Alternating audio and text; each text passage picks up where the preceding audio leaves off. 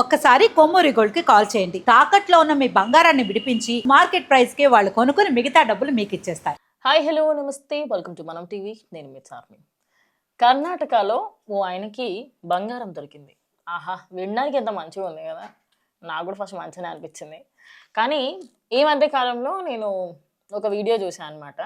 ఓ auto డ్రైవర్కి బంగారం దొరుకుతుంది. బంగారం దొరికితే వాడు ఏంటంటే వీడియో తీస్తాడు, ఫ్రెండ్స్ అది ఇది లొల్లులు అయిపోయి అది కాస్త పోతుంది అనమాట. అంటే కంప్లీట్ పోవడం అంటే వాడు తీసుకెళ్ళి వాడు అమ్ముకొని వాడు ఎక్కువ ఎంజాయ్ చేస్తాడు బేసిక్గా.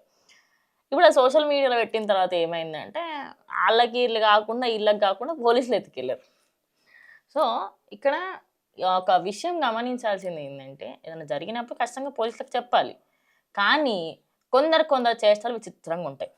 ఓ కన్స్ట్రక్షన్కి సంబంధించి తవ్వకాలు జరుపుతున్న సమయంలో కర్ణాటకలోని గడాగ్ అనే డిస్టిక్లో 470 గ్రాముల బంగారం దొరికింది.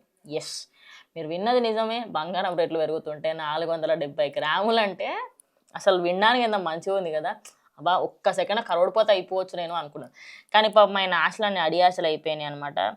అక్కడ దొరికింది అని తెలిసిన వెంటనే పోలీసులు, అదేవిధంగా అక్కడి district collector and forensic labs వాళ్ళందరూ వచ్చేసి అది ఎన్ని సంవత్సరాల పాతది ఏంటి అనేది కూడా చూడడం జరిగింది. చిన్న చిన్న నాణాలు, అదేవిధంగా నీకు విజువల్స్ వేపిస్తాం. చిన్న చిన్న నాణాలు ప్లస్ ఒక గోల్డ్ చైన్ అండ్ రింగ్స్, ఇంకా చిన్న చిన్నగా మనకి కమ్మల్లాగా ఉంటాయి అలాంటివి కూడా దొరికాయంట. కంప్లీట్గా ఇంత ఒక మంచి పెట్టెలాగా దొరికింది. అయితే ఒక చిన్న కుండ, గుప్త నిధులు అంటారు చూసారా. సో ఈ గుప్త నిధులకు సంబంధించి అక్కడ ఎవరు పాతి పెట్టారు ఏంటి అనేది తెలియదు. కానీ ఇది మాత్రం ఖచ్చితంగా వింటేజ్దే అయ్యి ఉంటుంది, చాలా పాతకాలం. ఎందుకంటే అందులో దొరికిన కాసుల పేరు ఏదైతే ఉందో ఆ మోడల్ బై మిస్టేక్ ఒక 50 సంవత్సరాలన్నా ఉంటుంది నిజంగా. ఎందుకంటే అది ఇప్పుడు వచ్చిన అది కానే కాదు, ఒక 100 సంవత్సరాలైనా అట్లీస్ట్ ఉంటుంది. 50 కూడా కాదని ఖచ్చితంగా 100 సంవత్సరాల పాతదైనా ఉంటుంది.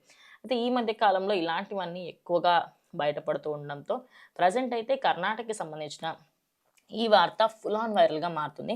మెయిన్లీ ఇక్కడ పోలీసులు ఏమంటున్నారంటే ఆ విలేజ్లో ముందు తహసీల్దార్లు వాళ్ళందరూ ఉండేవాళ్ళు. అప్పట్లో నిధుల్ని కంప్లీట్గా అలా భూములలో పాతి పెట్టేయడము, లేకపోతే ఏదన్నా ఒక డబ్బాలో పెట్టి ఒక దగ్గర మీద మీద తవ్వేసి పెట్టేవాళ్ళు. కానీ కాలక్రమేణా దాని గురించి పట్టించుకోకపోతుండే.